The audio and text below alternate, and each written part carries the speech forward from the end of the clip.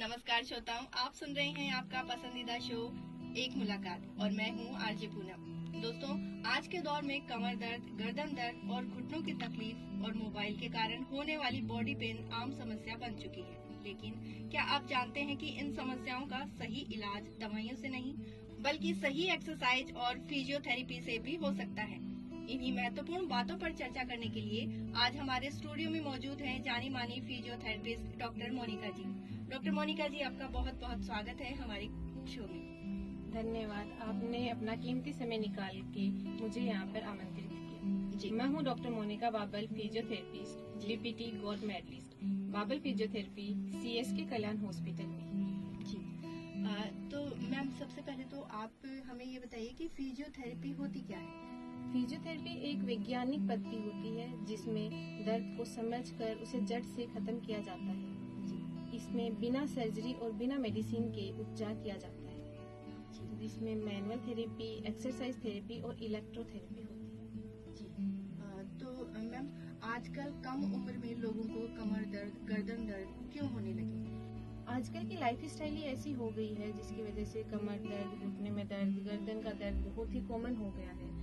Muscles के imbalance हो जाता है, उसकी वजह से दर्द होने लगता है पेशेंट को। और पोस्चर भी ऐसा हो गया, आजकल लोग सीटिंग वर्क ज्यादा करते हैं, एक साइड बैठे रहते हैं, तो उनकी जो इम्बैलेंस हो जाती है मसल्स की, उसकी वजह से ही उनको दर्द होना स्टार्ट हो जाता है। मतलब ऐसे लंबे समय तक मोबाइल चलाना और लैपटॉप का इस्तेमाल करना ये नुकसानदेह हो सकता है।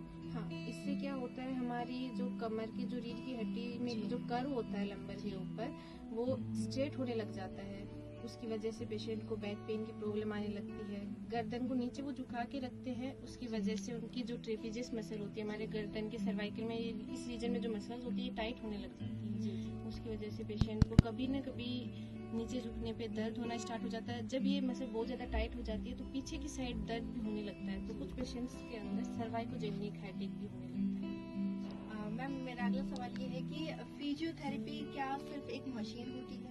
नहीं, फिजियोथेरेपी के अंदर मशीन से नहीं, फिजियोथेरेपी में मैनुअल थेरेपी भी होती है, एक्सरसाइज थेरेपी भी होती है, पोस्चर करेक्शन भी होता है, और हाँ, इलेक्ट्रोथेरेपी होता है जिसे मशीन्स बोलते हैं।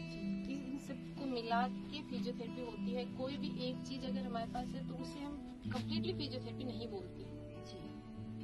मैम, फिजियोथेरेपिस्ट के पास हमें कब जाना चाहिए। जब भी पेशेंट के को पेन होता है तो दर्द जो होता है वो एक सिग्नल होता है कि आपकी बॉडी में कुछ चेंजेस आ रहे हैं, तो उसके लिए आपको फिजियो के पास कंसल्ट करवाना चाहिए ताकि आपका जो दर्द अभी जो स्टार्ट हो रहा है वो उसी टाइम पे रुक जाए।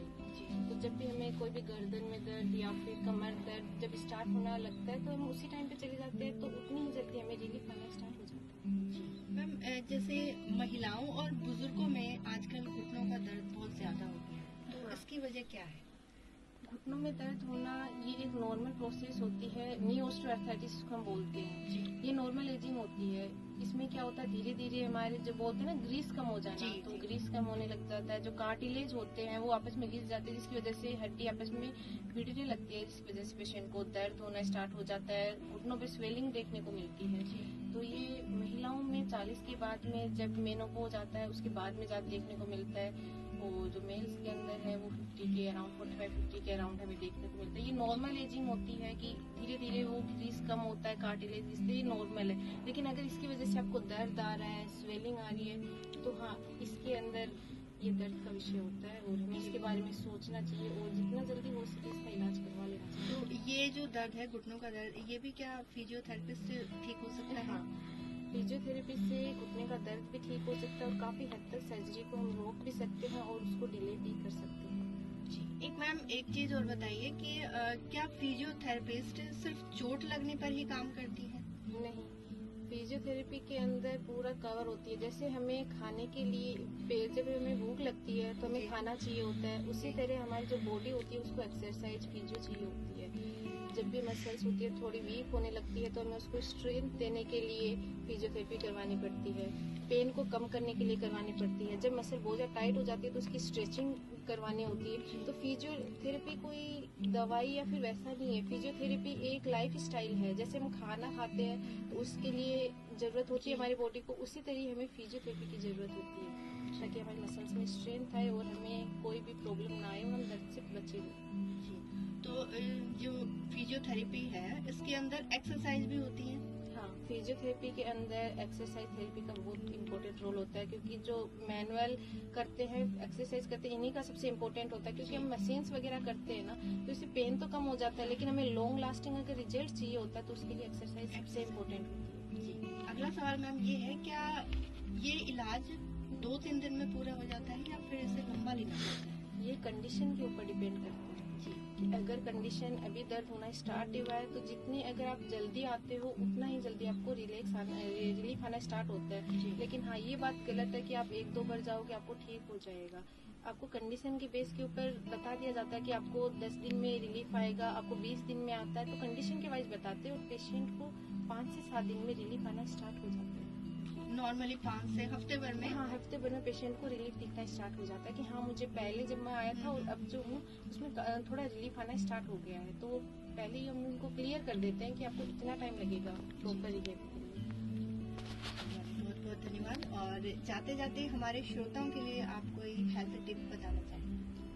बस यही बोलना चाहूंगी कि दर्द को सहना मत सीखो, दर्द से राहत पाना सीखो। जब भी आपको कहीं भी दर्द हो तो आप ये सोचो कि वो एक सिग्नल आ रहा है, हमें उसकी आदत नहीं बनानी। दर्द जब होने लगता है तो हम सोचते हैं कि कुछ टाइम बाद में वो अपने आप कम हो गया, वो कम नहीं होता।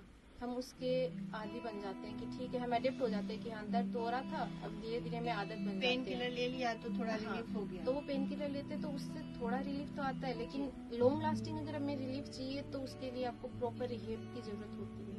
तो बस यही है कि दर्द के साथ रहना मत सीखो, दर्द के साथ लड़ना सीखो। बहुत बहुत धन्यवाद मैम, आपने अपना कीमती समय निकाला और हमारे श्रोताओं को इतनी